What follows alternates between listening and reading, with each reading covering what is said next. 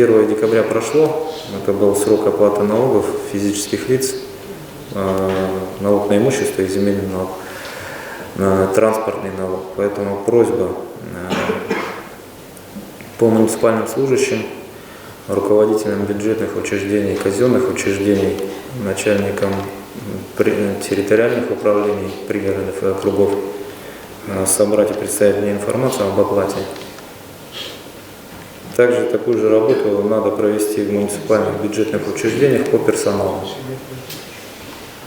Все, кто не оплатил, я считаю, будут, мы проговорим с вами, с каждым.